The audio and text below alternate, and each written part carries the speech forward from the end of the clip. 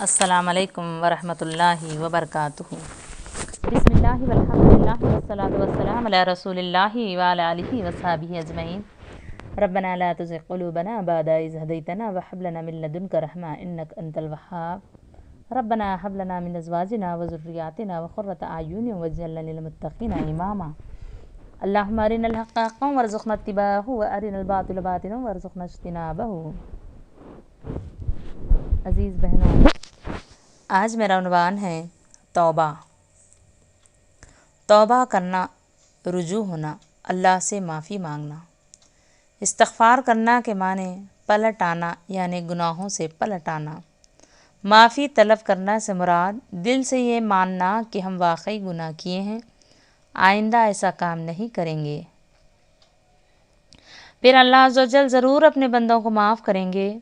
حدیث میں آیا ہے کہ آپ صلی اللہ علیہ وسلم 70 مرتبہ توبہ فرماتے تھے، حالانکہ آپ صلی اللہ علیہ وسلم معصوم تھے، اور ایک حدیث میں آیا ہے کہ آپ صلی اللہ علیہ وسلم 100 مرتبہ توبہ کرتے تھے۔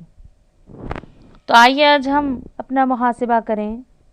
دن رات گناہوں میں گزارتے ہوئے ہمیں استغفار کی نوبت ہی نہیں آتی، دل میں پشیمانی نہیں ہوتی۔ جب بچہ کوئی غلطی کرتے ہیں تو بڑے انہیں ٹوکتے ہیں، بلکہ یوں کہتے ہیں تو نے بہت اچھا کام کیا، فلاں کو گھمایا، فلاں کو پریشان کیا، اچھا جواب دیا، دل توڑا، اس کے گھر میں لڑایا، تو کہتے ہیں اچھا کیا، وہ بڑے ہی۔ اس طرح بڑے ہی بچوں کو بگاڑتے ہیں۔ اگر بچے اگر برا کرتے ہیں تو چاہیے کہ ہم فوراً اس کو ڈانٹ دیں، چاہے وہ ہمارے دشمن کو ہی کیوں نہ ستایا ہو۔ بچپن میں والدین اگر بچوں کی صحیح تربیت دیں تو گھر سے معاشرہ سدھرتا ہے۔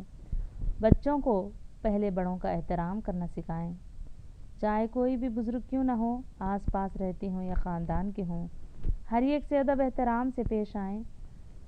بڑے اگر ڈانٹتے ہیں تو خاموشی سے سنیں، یہ نہ کہیں کہ آپ کون ہوتے ہیں ہمیں روکنے ٹوکنے والے، ہمارے ماں باپ ہمیں نہیں روکتے۔ اگر ہمارے بچہ ایسا کہتے ہیں تو سمجھیے پانی حد سے گزر گیا ہے۔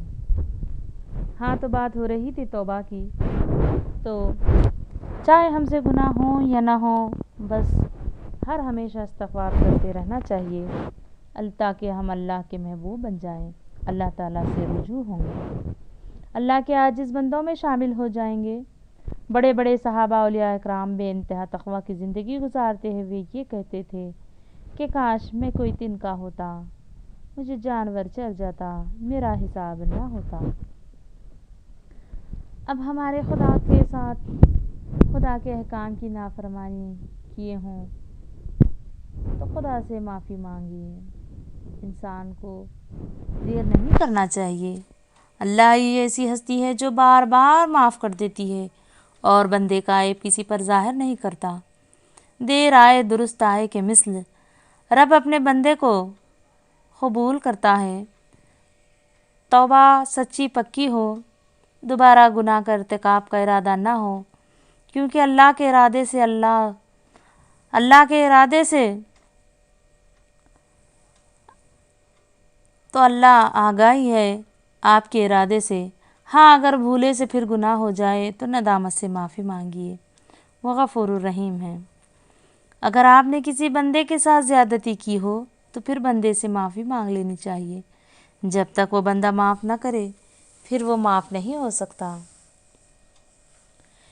آپ کو ایک واقعہ سناؤں۔ یہ واقعہ عبدالقادر جیلانی کے والد خیر الدین کا ہے، جو بھوک و پیاس کی حالت میں تھے۔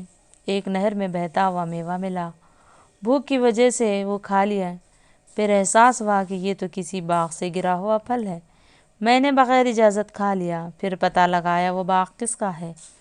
وہاں پہنچے، باغ کے مالک سے عرض کیا، میں نے آپ کے باغ کا پھل کھا لیا جو نہر میں بہہ رہا تھا، آپ مجھے معاف کر دیجیے۔ صاحب باغ سمجھ گئے کہ یہ بندہ بہت نیک ہے۔ انہوں نے کہا، نہیں، میرے پاس باغ کی نگرانی کئی سال کرنا، جتنے سال آپ نے کہا اتنے مکمل ہو گئے۔ تو پھر کہا، اب آپ مجھے معاف کر دو۔